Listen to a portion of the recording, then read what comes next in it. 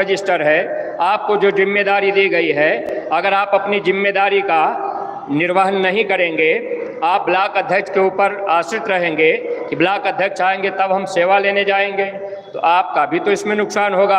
अरे आप अपने घर परिवार की जिम्मेदारी निभा रहे, आप अपने बच्चे को पढ़ा लिखा रहे, आप शादी विवाह कर रहे, आप तो सब काम अपने घर परिवार का कर रहे।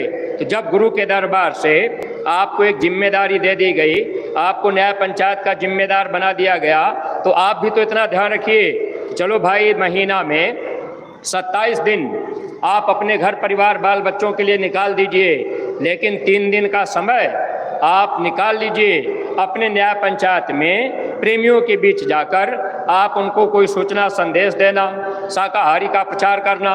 अगर ये काम आप करने लगेंगे तो ऐसा सत्संगी प्रेमी भाई बहनों, आपके न्याय पंचायत के संगठन ये मजबूत बन जाएगा और सत्संगी प्रेमियों में भाव और प्रेम बनेगा, फिर आपका ब्लॉक भी मजबूत हो जाएगा।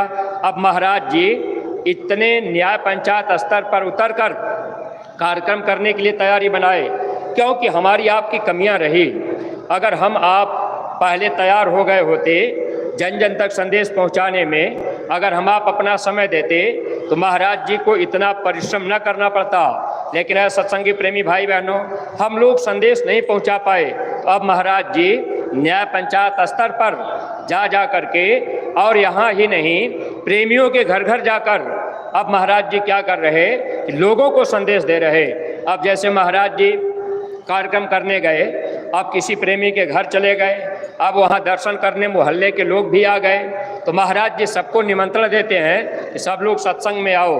अब ये बात महापुरुष को कहना पड़ रहा, अब हम लोग ये काम नहीं कर पाए, हम लोग प्रचार नहीं कर पाए। ऐसा सत्संगी प्रेमी भाई बहनों, अगर तन मन धन की कुर्बानी हम आप नहीं देंगे, अगर न्याय पंचायत ब्लॉक स्तर की जिम्मेदारियां हम आप लिए हैं, अगर अपना तन नहीं लगाएंगे, केवल रजिस्टर पकड़ लिए, नाम लिखवा लिए, भाई हम न्याय पंचायत के अध्यक्ष हैं, तो कर्म दोष तो लगेगा, परिवर्तन होगा, इसमें नाम नहीं आ पाएगा। क्यों? क्योंकि स्वामी जी महाराज ने कहा परिवर्तन उन बच्चों के द्वारा होगा जो परमार्थ की कसौटी पर खरे उतरेंगे, जरूरत पड़ेगी अपना तन मन धन तीनों कुर्बान कर देंगे। ऐसा सत्संगी प्रेमी भाई बहनों, अब जरूरत है अपने तन मन धन तीनों की कुर्बानी देने का। ये वक्त अगर निकल गया तो ये वक्त बार बार नहीं आएगा। अभी तो आपसे सेवा मांगी जा रही, हो सकता है आगे समय ऐसा आ जाए आपसे सेवा कोई मांगने न जाए। आज आपसे कहा जा रहा कि आप गांव गोद लेकर शाकाहार का प्रचार कीजिए, आप इकट्ठा होकर भारी संख्या में प्रचार जिला स्तर, ब्लॉक स्तर, न्याय पंचायत स्तर पर कीजिए। अभी आदेश महाराज जी ने हम प्रेमी भाई बहनों को आज के सत्संग में दे रखी है। अगर हम सत्संगी प्रेमी भाई बहन इस पे ध्यान नहीं देंगे, हो सकता है वक्त निकल जाए, क्योंकि गुरु महाराज ने कहा कि शाकाहारी बनने की तारीख निश्चित है। अगर वो तारीख बीत जाएगी तब लोगों के गुनाहों की माफ़ी नहीं होगी। अभी गुनाहों की माफ़ी का वक्त है। अगर हम आप ऐसे समय में ये काम कर ले गए तो हमारे आपके भी गुनाह माफ़ हो जाएंगे, क्योंकि महात्मा हमारी आपकी भलाई के लिए हमको आपको आदेश दिया करते हैं। और सत्संगी प्रेमी भाई बहनों, एक विशेष बात और ध्यान रखा करिए, पूज्य महाराज जी चाह रहे कि आगे जो परिवर्तन का वक्त आने जा रहा, परिवर्तन कैसा होगा आपको मालूम है, किसी के दिल दिमाग में नहीं है। स्वामी जी महाराज ने कहा त्रेता द्वापर का इतिहास फेल हो जाएगा।